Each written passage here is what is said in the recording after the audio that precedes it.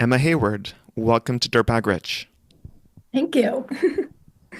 You're 30 years old. This is when most people take the cue to start thinking about settling down, getting a house, married, kids. How are you spending your 30th year on the earth? Um, yeah, definitely not doing those things so much. This past year, I put the majority of my time into fixing up my sailboat. Almost a total refit of that boat, going over like everything on the boat and redoing it. And then when I wasn't doing that, I was down in Antarctica working on a research vessel, making money to put back into the boat. And then the third chunk of the year, I spent sailing the boat across the Atlantic Ocean to Ireland. So that's kind of been the last year or so of my life. Okay, that is not the typical path. Do you live on this boat? So I have lived on the boat in the past. Right now, I kind of live on the boat part time. Um, let's see. In summer of 2021, I was living on the boat full time. She was on a mooring in Newport Harbor in Newport, Rhode Island. After that summer, I hauled her out into a boatyard and started slowly chipping away at projects on her. And it was in the, let's see, spring of 2023, I guess, that I moved into the apartment that I'm in now in Newport, so that I could work on the boat, work here in town while I was working on the boat. So right now I'm living in this apartment, but other times when I'm sailing her, I'm living on the boat.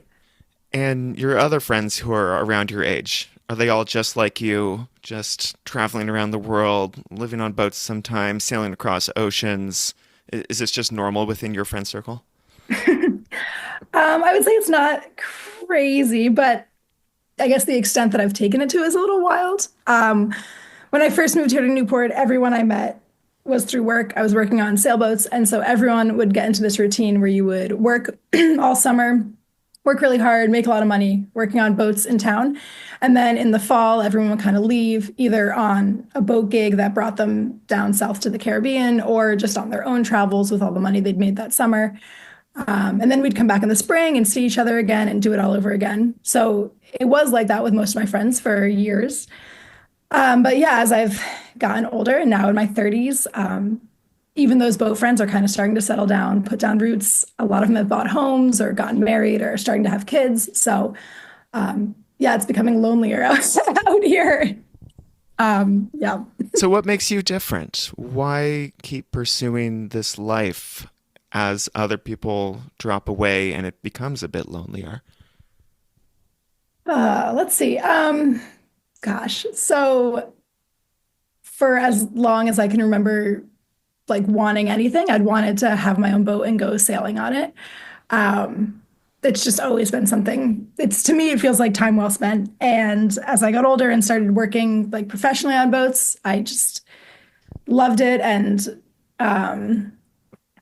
yeah, every, yeah, it feels like a good way to spend your time, I guess.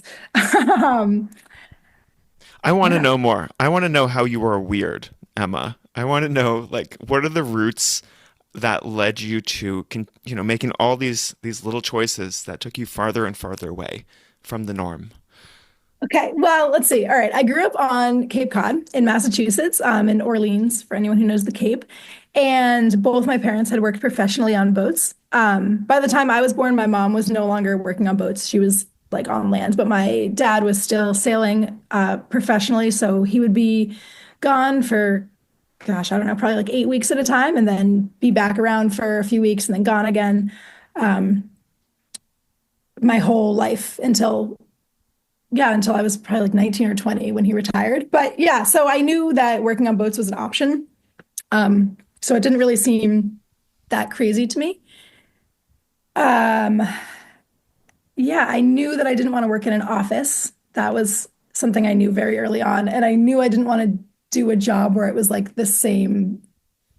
Well, I didn't want to be able to look at a calendar like months in advance and know exactly what I was doing on a day, months out. Like I like that I don't always know what I'm doing.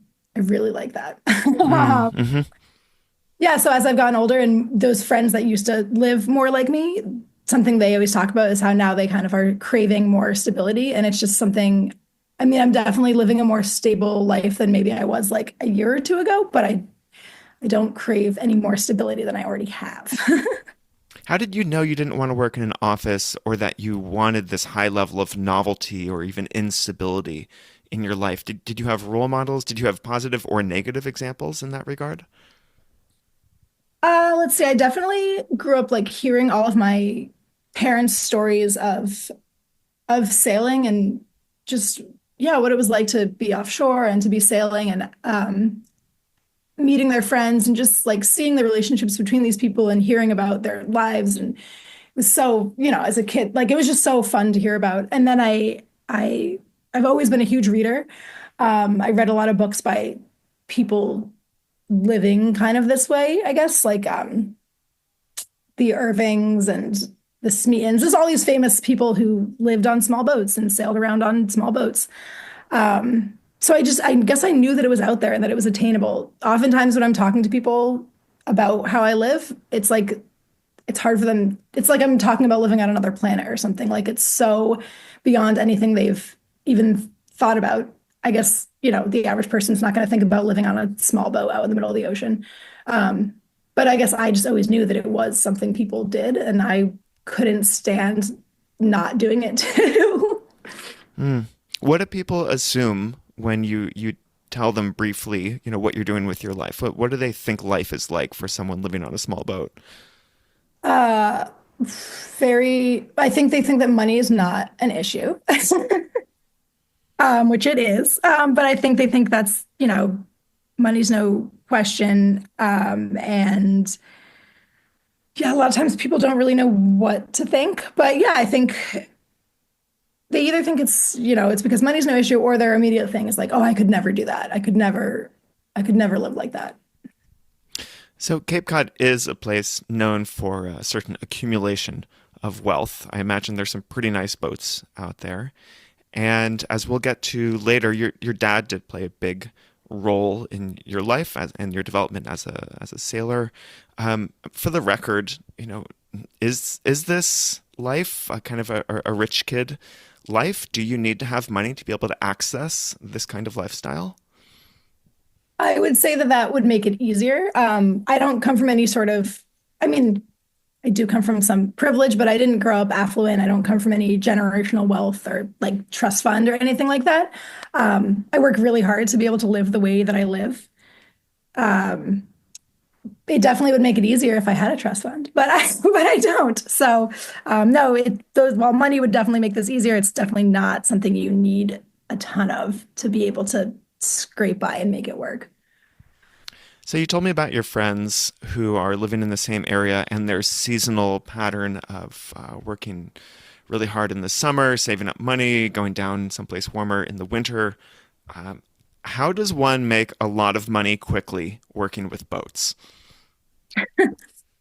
That is the question. Here in Newport, there's a handful of different ways to do that. Newport's a really big center for yachts, like really fancy, crazy multi-million dollar yachts. We have a big shipyard here that they all come through to get work done on them. And so a lot of people here who work on boats work on the yachts. It's a really quick way it's pretty good pay. You can make a lot of money. And additionally, you're not paying to live anywhere because you're living on the boat. So it's a great way to make money and not spend much money. The other big thing in Newport, which the scene that I'm more a part of, is there's these charter boats. They're called head boats. They go out and do day sails in the summertime. And depending on the boat, there's all different shapes and sizes and kinds of these boats, but it's definitely a grind. You're going out on 5 to 6 trips a day, taking all these passengers out. You're sailing in circles around the bay. It's really long days and it's really hard work, but it's really, really fun. It's a great community of people, and you make a lot of money in a pretty short season, probably like May to October. So yeah, you're working all the time really hard, but come Halloween, you have a nice stack of cash in your bank account. So Get a really nice costume. yes. Uh, can you give me an idea of how much money there is to be made either doing these day trips, these charter trips, or working on a fancy yacht? Like, are we talking hundreds of dollars a day, more or less? Oh yeah, more. I mean, it depends on what you're doing, but yeah, definitely like m multiple hundreds of dollars a day. Um, I'll try to think of like okay, when I first moved here, I was working as crew, just like a deckhand on one of these head boats. It was the schooner. We would take out, um, we do 5 trips a day with about 57 passengers per trip. Trips were like an hour and a half long, and it's hard work. You're sailing this boat, you're talking about what the people are seeing. Like it's a lot of work. Um, but at the end of the day, I would be walking home with like, I don't know, 300, $400 in my pocket, plus like an hourly pay. It's pretty good. And then as I kept sailing and moved up and I have a Coast Guard license now, I'm a captain, and um, I work on a smaller charter boat that just takes out private charters, but it'll be like a private group of up to 6 people. A 2-hour trip, I'll make $100, and then whatever they tip me, which is usually around $100. So I'll do typically 4 trips a day. So, I mean, not everyone tips $100, but if they do, I could walk out after a day with $800. Um, So that's close to $100 an hour. And and that sounds way more manageable than taking out 50 something people 5 times a day.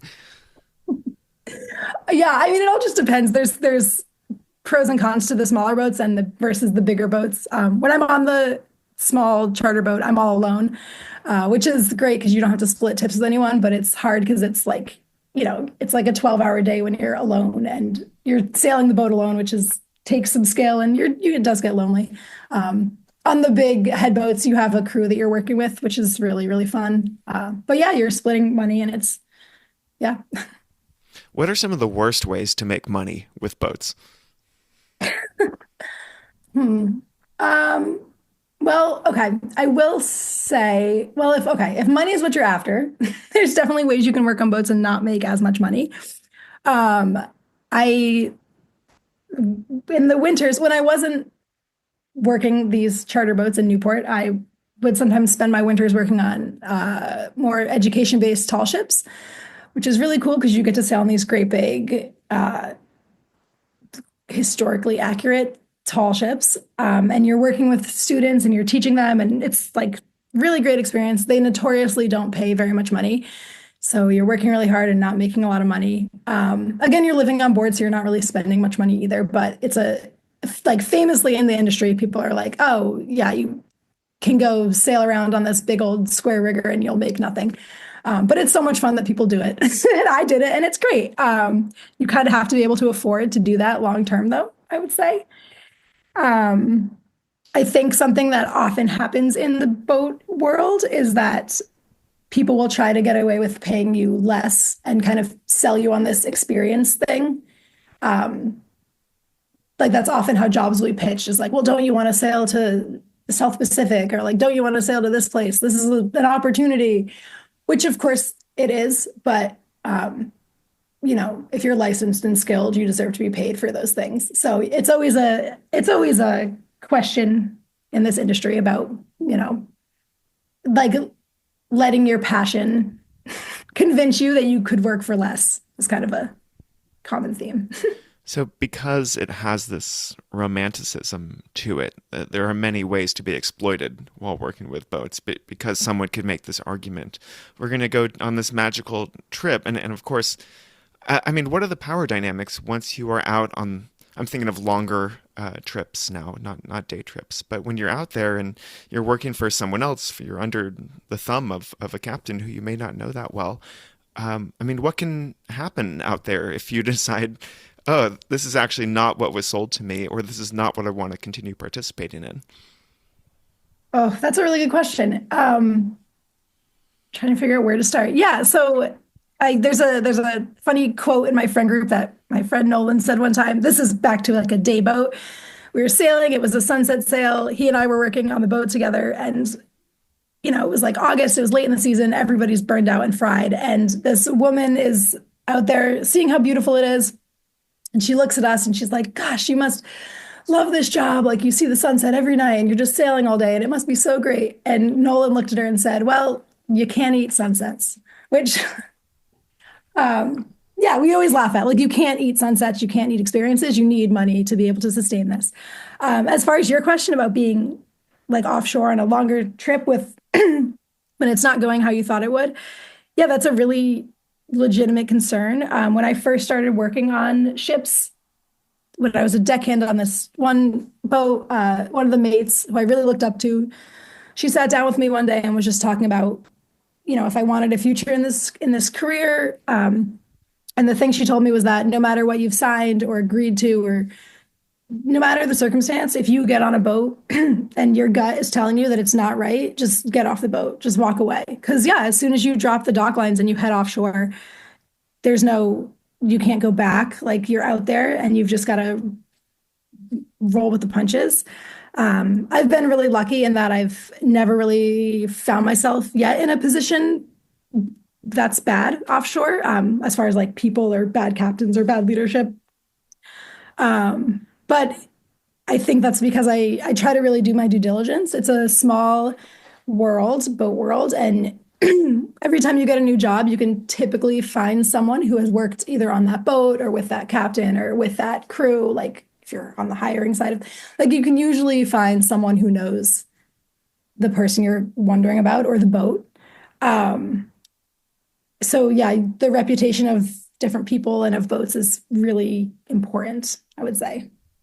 What's the state of the industry with regard to gender? Do you still have to be extra careful or more careful as a woman signing up for certain gigs, especially these longer term out at sea gigs, or is it not something you worry so much about? Uh, Let's see. It depends again on what side of the industry you're in. If you're on one of these, they're called like sailing school vessels, one of these educational tall ships. I, if it's not 50-50, then it's more women dominated, I would say. There's a lot of uh, women and just like not male people on those boats. So that is a pretty, like, there's a lot of, but if you were on yachts, race boats, like a lot of more commercial, huge vessels, it's completely male dominated still. It is changing. It's changed even since I started working in the industry, but yeah, it's definitely there are definitely still issues. I think any woman sailor you talk to has stories. Something that I kind of really like about the industry is, at least in my experience, it's a lot of women kind of looking out for other women. And I think maybe in the past, when there were even fewer opportunities for women on boats, there was more like competition among women. But now it seems like it's kind of changed to be more support and pulling each other up and warning each other about situations or people or so it does seem like it's improving and that there's more women doing it and there's more like cohesion and teamwork among the women doing it.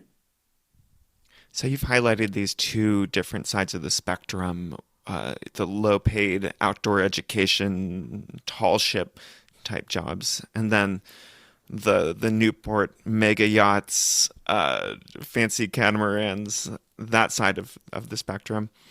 Is it really clear for you that working on the educational side of things is more meaningful, more purposeful, and working for ultra wealthy people, either crewing their boats or helping maintain their boats, is less purposeful, or is it not so black and white? Yeah, I spend a lot of time thinking about this because I always spend time thinking about how I'm spending my time. But yeah, working on the more educational stuff, it's obvious why that's great and how that's maybe helpful or giving back or just like doing some good.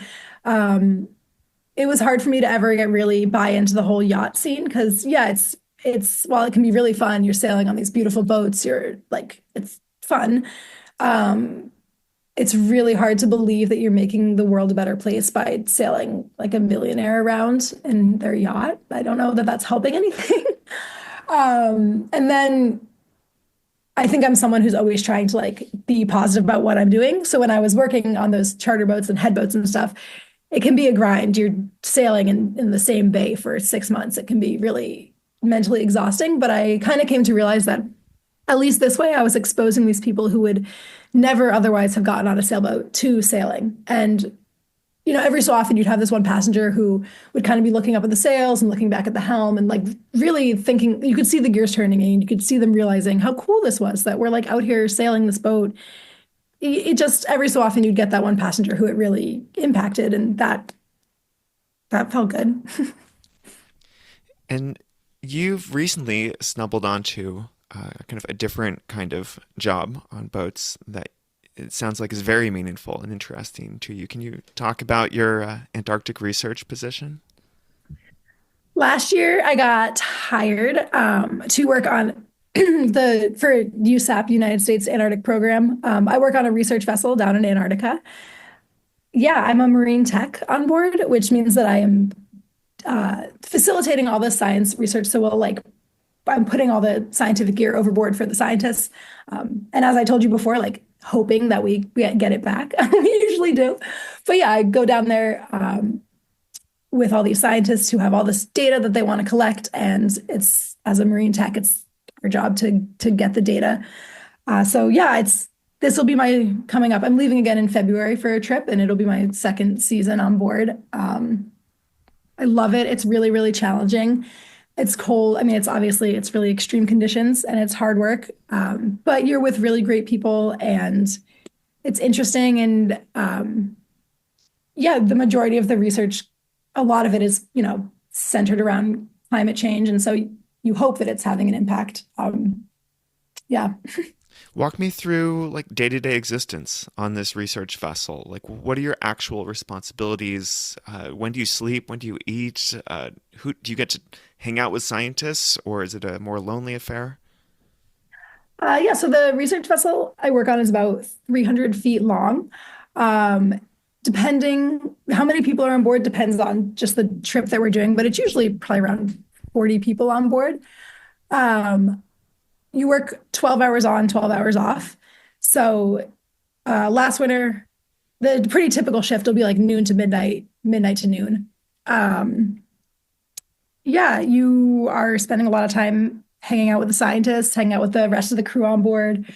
I spend depending on the work we're doing, I spend most of my time out on the back deck, deploying scientific gear, coming into the workshop to warm up when it gets too cold. Yeah, and then I'll go into the lab and hang out with the scientists and see what they're learning from the samples we've collected them. Okay, that sounds pretty sweet. Sign me up.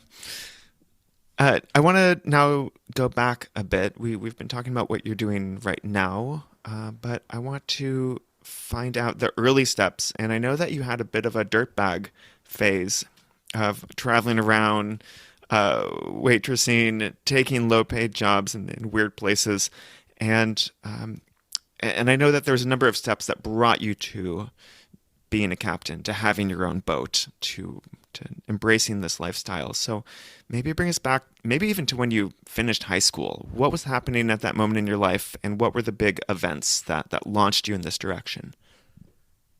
So I graduated high school in June of 2012. At the time, my dad was planning to retire like the following winter. And so I decided I wanted to take a gap year before going to college. My parents were totally supportive of it so long as I got into college and accepted and like did all the financial aid, got all the ducks in a row, and then deferred the acceptance for a year because they knew that once I was out traveling, there was no way I was gonna like buckle down and apply to colleges. So my senior year, I got all that stuff arranged. My dad, meanwhile, had bought a small boat on the West Coast and he had sailed it out to Hawaii. So when I graduated high school, I flew out to Hawaii and met up with him. It was a 32-foot wooden boat. She had no engine. And the plan was that we were going to sail the boat from Hawaii to San Diego. And then eventually that year, we were going to go to the South Pacific and sail on this boat together, was the plan. So anyway, so I flew out to Hawaii after high school. And he and I got on this boat and we sailed it back to San Diego. It was my first time. I guess I'd been offshore as like a small child and stuff. I'd gone on trips with my dad, but it was like my first real time offshore sailing. A trip like that on that size boat at that time of year typically takes anywhere from, I guess, like 21 to 27 days. But it took us 40 days. And um, it's a really long time to be offshore. We went like 39 days without seeing land. Yeah. Was that a problem with like food and water? Like, what, as a non-boat person, I'm a little befuddled. Yeah. What had happened was that there's a high pressure system that moves around the Pacific and the North Pacific, and we just kept getting caught in this high pressure system in the center of a system of high pressure. There's no wind or anything. It's really calm. And so we would sail for like 24, 36 hours and think like, all right, this is it. We're going. And then the wind would just die and we would bob around in the middle of the ocean for like 4 days. And then the whole cycle would repeat. Um, we had enough food. We had a propane stove on board. We had enough food, a lot of canned food. We had enough water and we had enough propane. As someone who had just no experience at the time, had no experience, I got really nervous about water. Um, but we had enough. And my dad was never, well, he didn't show me if he was concerned about it. We did start getting low on propane, which made me really nervous because uh, we had a lot of canned food, and my dad loves those disgusting canned Vienna sausage things. And I was really worried we were going to run out of propane and I wouldn't be able to like cook food anymore, and I would have to just eat the cold Vienna sausage. What a nightmare scenario. You're out there slowly dehydrating, eating cold Vienna sausage. What a way to go at age 18. Yeah. Yeah. But so, yeah, it was I mean, my dad has been sailing his entire life, and that was the longest he'd been offshore. Like 40 days is a really long time offshore. It was just the two of us.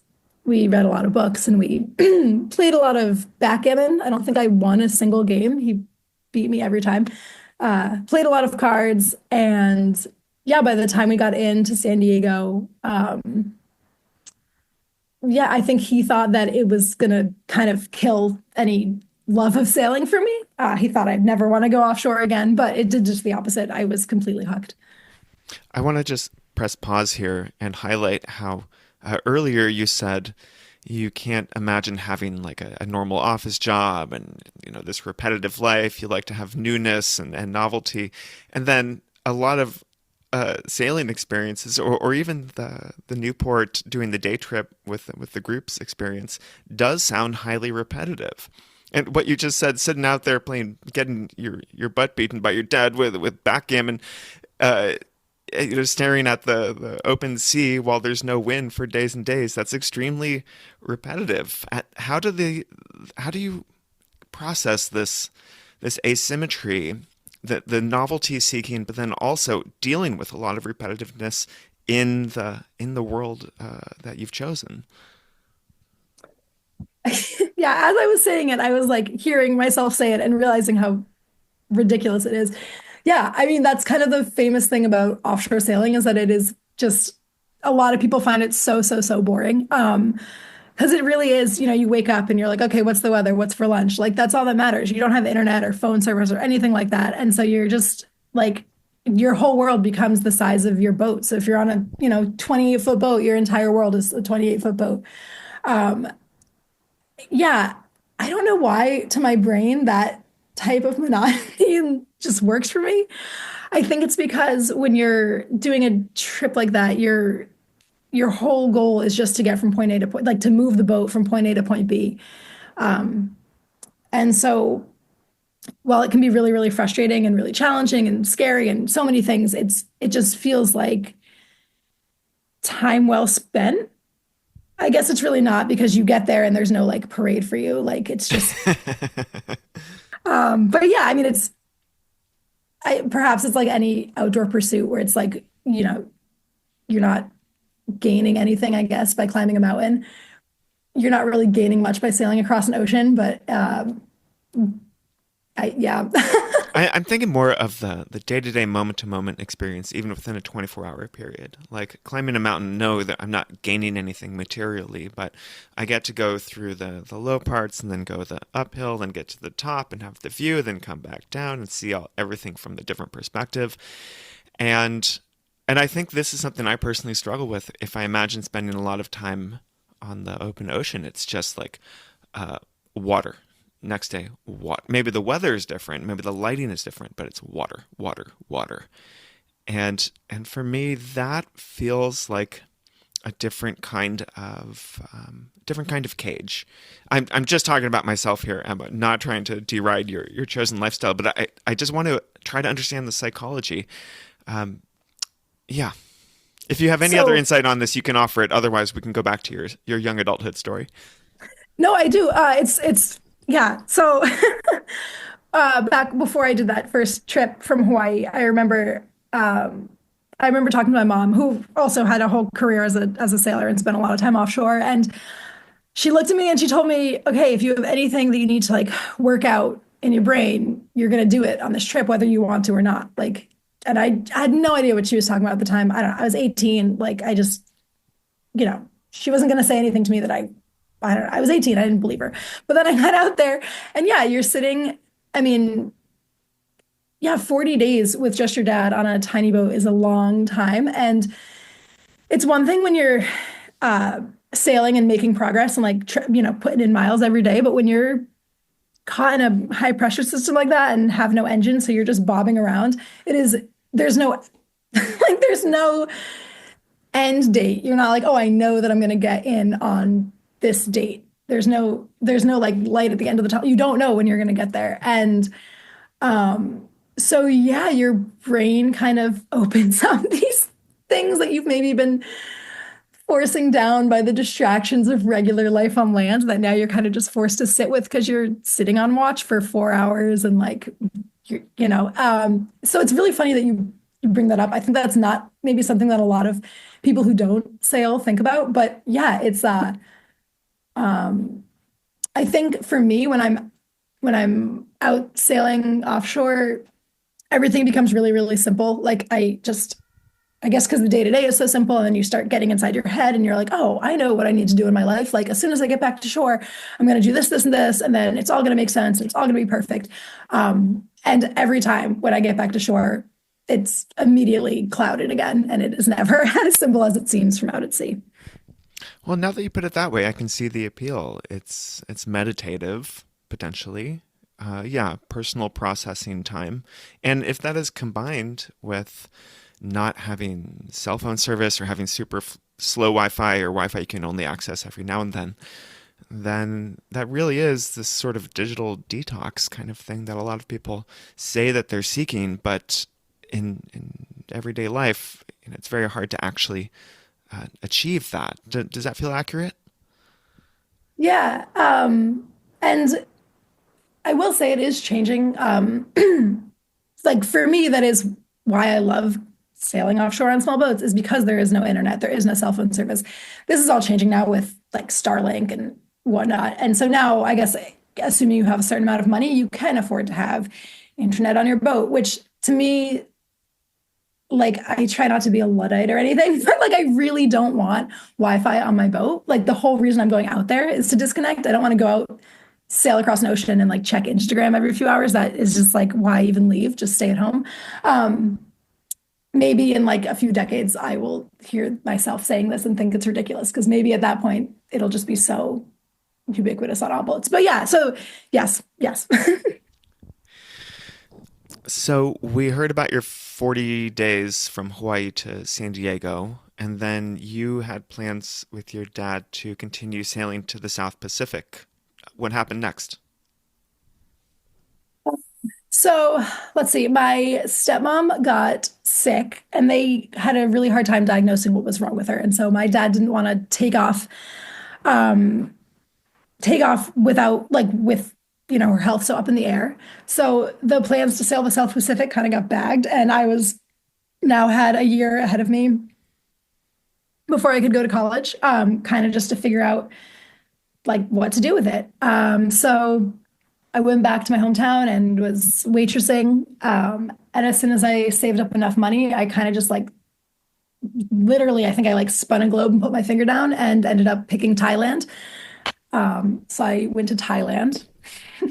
And then when I kind of ran out of money, I came back home and waitressed again, and then had some money saved up and went to New Zealand. Um, and then ran out of money and came home and worked again. And so I was doing that for a little bit of time. When I was in New Zealand, I decided that I didn't want to go to school in the fall and I was going to take another semester off. So I emailed the college and requested to defer for another semester. And then I emailed my parents afterwards and told them that I was thinking about doing it, not that I'd done it yet. And they immediately were like, don't do that. You're going to lose all your scholarships. You're going to lose everything. Like, do not do this. But it was too late. I already had, and the school got back to me and they did not care at all. It made no impact. It was fine. So I did another like half a year off and I started school in January. All right. Lesson to everyone out there who's 18 and thinking about taking multiple gap years. Just go for it. Yes. Yes. Okay. So then you actually started university a little bit later than expected. And was your boat obsession able to be stoked when you were in university? So in that last like fall semester before starting, I'd gone sailing again with my dad on a different boat. And we had sailed down to the Caribbean. So then I started in January, just like more stoked than ever on sailing. Let's see. Yeah, yes. I did a semester abroad with Sea Education Association. That's the organization that my parents had both worked for and that my dad had just retired from the year before. So as part of his, I think he'd worked there close to 40 years. And as part of his benefits, he got a free semester for someone. So my parents had told me ahead of time that as part of my college, I had to do the semester through SEA because they needed the free semester, but I really, really wanted to do it. I was so excited. So yeah, SEA is a program. It takes college students offshore on a big tall ship for a semester, and they do science at sea under sail. It's really, really cool. It's a lot of people's kind of first exposure to sailing. So I did that in college. My trip on SEA was a transatlantic. So we went from the Canary Islands to the Caribbean and then through the Caribbean. And I just absolutely loved it. For me, it felt like, I mean, that is the organization where my parents met and my parents worked, and then my dad worked forever. And so if to me, it felt like it was like the culmination of everything was like, now I get to do my own trip on SEA. It was great. What did you study? I was an environmental studies major. I I chose that one because it was like I thought I was interested. I felt like an important issue to study, and it also I thought would keep me from having to work in an office, which so far I've been right about. Keep it up. And what was your next move after college? Let's see. So I graduated, and my boyfriend at the time was a big snowboarder, and we both grew up on the East Coast, but he really had wanted to move out west and go live in a ski town. I didn't really have any plans, so I moved out to Montana with him for a winter, and yeah, I worked like a bunch of random odd jobs, and I was not a skier really beforehand. I think I'd gone skiing like maybe 5 times before that. But he was working on the mountain, and so he was there all the time, and so I just like started skiing whenever I wasn't working, and yeah, it was so much fun. But I was only out there for a winter because I knew I wanted to work on boats. So that spring, summer, moved to Newport and started working on boats here. Okay, so that kind of connects us to more of your modern era. Mhm. I want to find out how you go from the dirtbag low income status on boats into essentially where you are now, Emma, because you've told me that you're able to work something like 3 to 4 months out of the year intensively, but that is enough to fund the rest of your year, and you are accumulating savings at the same time. Is that correct? Yeah, well, yes. So I guess when I first moved to Newport, I was working summers on these boats, and then in the winters, I would take other boat jobs elsewhere, down south, usually in the Caribbean. I did that for years. I spent a winter like working in Bermuda on a boat, just yeah, places like that. And you can start to acquire some savings that way, but not much. You're living off very little because you're living on the boats, and yeah, it's very dirtbaggy. another term for it that people say in the boat industry is like if you're a schooner bum, that's part of it too. It's like a dirtbag on Schooner boats. bum. Okay. Yeah. So yeah, I was doing that for years. It's great because to get licensing in boats, you have to acquire sea time, and so you need like a certain amount of days at sea. So you it becomes kind of easier to work for less money because you need the time to apply for the licenses. It's a Yeah, that's how the system works. So while it's like kind of hard to work really hard for not a lot of money, you know that you're getting time towards your license and it can turn into like bigger license, potentially a better job and making money. So I was doing that for a long time. And then the Antarctica job was something that was always on my radar. I had heard these stories of people working on boats who had then gotten hired to work as a marine tech in the Antarctic program, but it was like completely, it felt so beyond my reach. I would like click around on the internet and look for applications, but it's a you're working essentially for a government contractor, and so it just like seemed it was really hard to without like a foot in the door. It was really hard to ever figure out how to even apply for the job.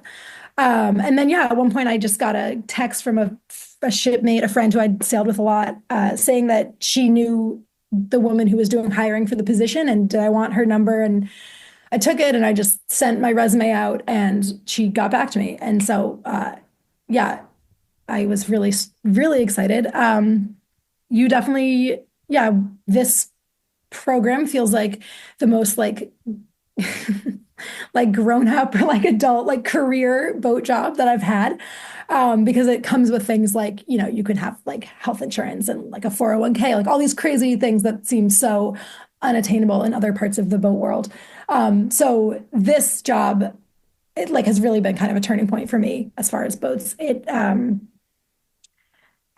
Yeah, yeah, Has it made your life feel more sustainable? Like you can look down the road and think, I can keep doing this for quite a while longer if I want to, instead of maybe wondering every year if it's going to end very soon.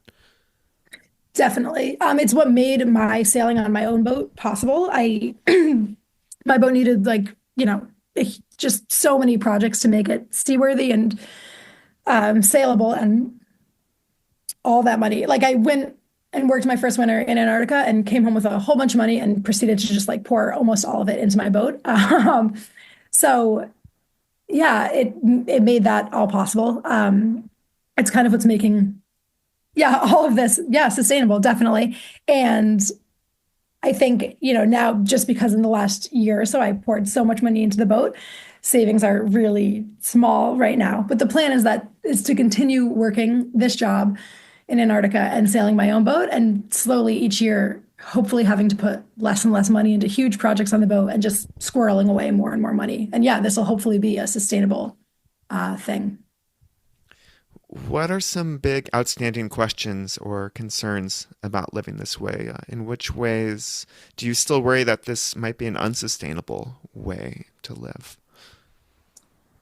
Um, there's a couple things that come to mind when you ask that. The first is that I have a partner he's not a boat person. Um, when we grew up together, so we've always known each other. And so, you know, when we started dating, we both knew that like I leave for long periods of time and go sailing and have this really kind of random schedule of a life, and he doesn't. And we were like, okay, well, we're just gonna make it work. And so far we have. But it's definitely when I think like long-term sustainability, yeah, it's really hard to make this lifestyle work with someone who isn't also doing it. I think we do a really good job of it, and it's something that we're like constantly checking in with each other about. But you know, when you're out at sea on a boat, it's so all-consuming, and you're just like, as I said before, your whole world is the boat. So yeah, it's hard to then like come home and you have kind of like the culture shock of being back on land, and then like trying to share these stories and stuff with him can seem kind of overwhelming. But at the same time, we both also really like kind of having time to ourselves, and then to come back and get to like catch up on everything is really special. So yeah, that's one thing I think about with the sustainability of this lifestyle. And then the other is just, yeah, you know, I'm 30 now, and so people are getting married and settling down and starting these like lives, and it's it can be hard to feel like I don't want the same things that all of my friends want. Which is not to say that I'll never want, a house and kids and stuff, but I just don't feel those, I don't want those things right now. Um, so I think in the past year or so, something that's really been on my mind is trying to figure out just the social balance of all of this and how I can, um, yeah, like maintain meaningful relationships with people I love and still go traveling for most of the year. Can you please share what you've learned or hypothesized in that department? That's a great question.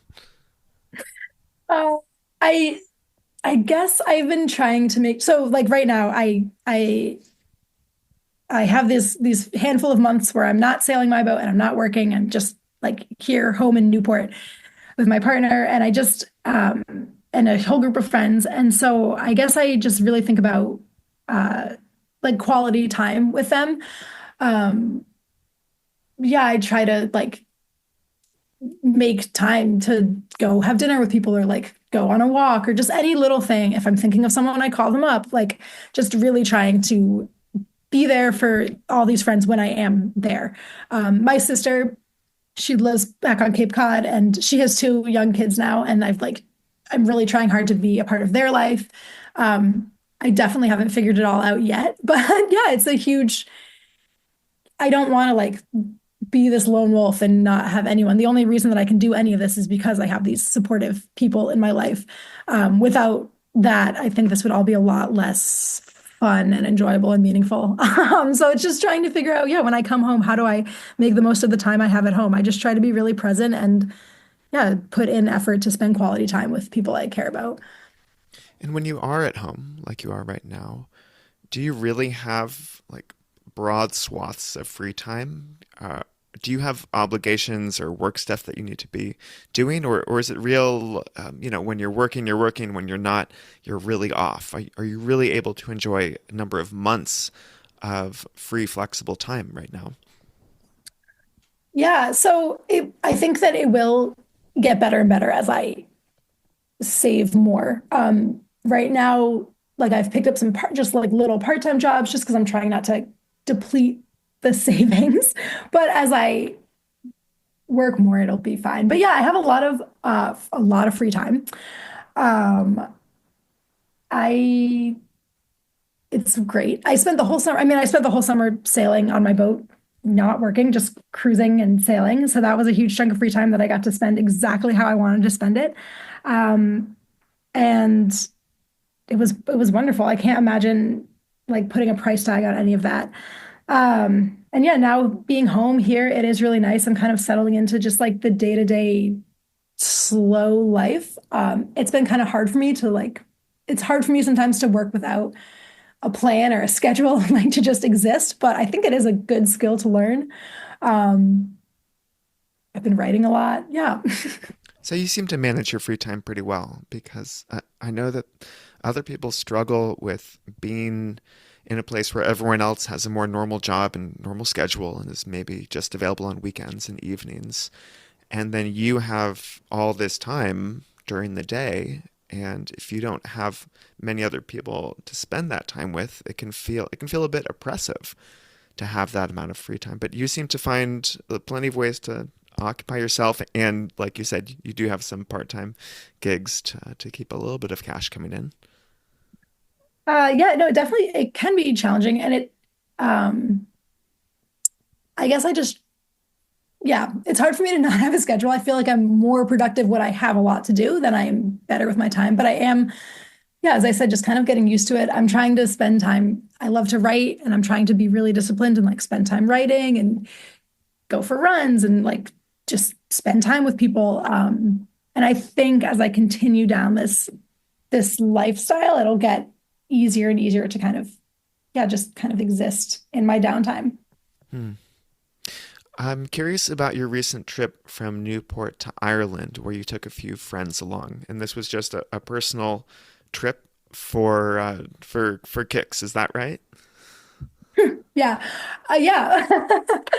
Yeah, it's kind of like was the dream. I've always wanted to have my own boat and sail on her. And I got to do that after working for over a year fixing up this boat. Yeah, I left Newport in June with two friends. Um, One of them, someone who I knew through working on boats, and then one of them, a friend from growing up who had no experience on boats whatsoever. Um, so we left from Newport. We sailed to the Azores, which are um, it's called like a halfway point, but they're closer to Europe. And we sailed to the Azores. We were about 19 days from Newport to the Azores. And we spent about 3 weeks kind of cruising around to different islands there. And then the non-boat friend, she was great on board. She was great on the trip. I would go sailing with her again anytime. But when we were in the Azores, she sat me down one day and she was like, I cannot possibly go offshore again. That was not for me. I don't want to leave you in a tough spot, but I really don't want to sail on to Ireland. Um, and yeah, I said, that's like, I was really impressed at her for knowing when she'd had enough. That's not something that I always am capable of knowing. So yeah, she left us, and then the two of us sailed on to Ireland. Just the two of us. Took us about 12 days to get there. But yeah, it was great. Like, it was great. Can you tell me about any specific moments during that trip? I mean, this sounds like you said, a trip of a lifetime, bringing a few friends and sailing across the Atlantic, tooling around in the Azores as a pit stop. Are there any moments that really stand out to you? You know, it could be beautiful moments, challenging moments, or like, this is why I'm here, this is why I'm doing this kind of moments. Let's see. I mean, there's a handful. I guess one that felt really good. I've done a lot of offshore sailing. I've sailed transatlantic a couple times before this, but I'd never done it as like captain or on a boat that I had done all the work on myself. So it was a lot of pressure. I really didn't want to get anyone like killed or in a bad situation just because I had this dumb dream. You know, I didn't want anyone to get, I just wanted to get everyone there safely. So there was a lot of stress.